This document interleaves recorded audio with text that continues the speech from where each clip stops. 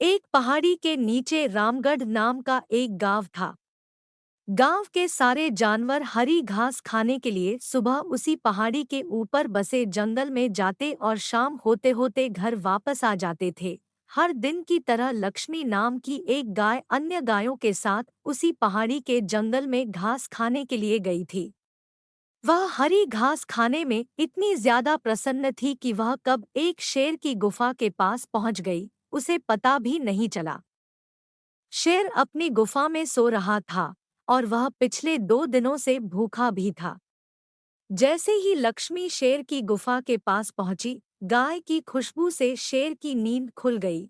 वह शेर धीरे धीरे गुफा से बाहर आया और गुफा के बाहर गाय देखकर खुश हो गया। शेर ने मन ही मन सोचा कि आज उसकी 2 दिनों की भूख मिट जाएगी। वह इस तंदुरुस्त गाय का ताज़ा मांस खाएगा और यह सोचकर उसने एक तेज दहाड़ लगाई। लक्ष्मी शेर की दहाड़ सुनकर डर जाती है। जब वह अपने आसपास देखती है तो वहां दूर दूर तक उसको कोई भी दूसरी गाय नहीं दिखी। जब वह हिम्मत करके पीछे मुड़ी तो उसे सामने शेर खड़ा हुआ दिखाई दिया। उस शेर ने लक्ष्मी को देखकर फिर से दहाड़ लगाई और लक्ष्मी से कहा, मुझे 2 दिनों से कोई शिकार नहीं मिल रहा था। मैं भूखा था। शायद इसलिए भगवान ने मेरा पेट भरने के लिए तुझे मेरे यहाँ पर भेजा है। आज मैं तुझे खाकर अपनी भूख मिटा लूंगा। शेर की बात सुनकर लक्ष्मी डर जाती है। वह रोते हुए शेर से कहती है, मुझे जाने दो, मुझे मत खाओ। मेरा एक छोटा बच्चा है जो अभी सिर्फ मेरा ही दूध पीता है और उसे घास खाना अभी तक नहीं आया है। लक्ष्मी की बात सुनकर शेर हंसते हुए कहता है, तो क्या मैं अपने हाथ में आए शिकार को ऐसे ही जाने दूं? मैं तो आज तुझे खाकर अपनी 2 दिनों की भूख मिटाऊंगा। शेर के ऐसा कहने पर लक्ष्मी उसके सामने रोने लगी और विनती करते हुए कहती है कि आज मुझे जाने दो, मैं आज अपने बछड़े को आखिरी बार दूध पिला दूंगी और उसे बहुत सारा प्यार करके कल सुबह होते ही तुम्हारे पास आ जाऊंगी। फिर तुम मुझे खा लेना और अपना भूखा पेट भर लेना।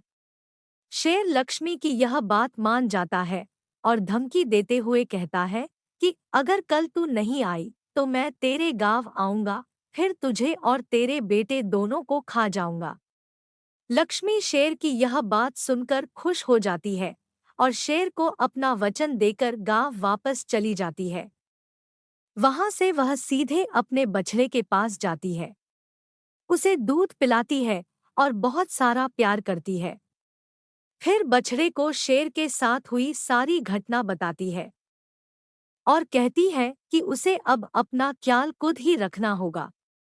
वह कल सुबह होते ही अपना वचन पूरा करने के लिए शेर के पास चली जाती है।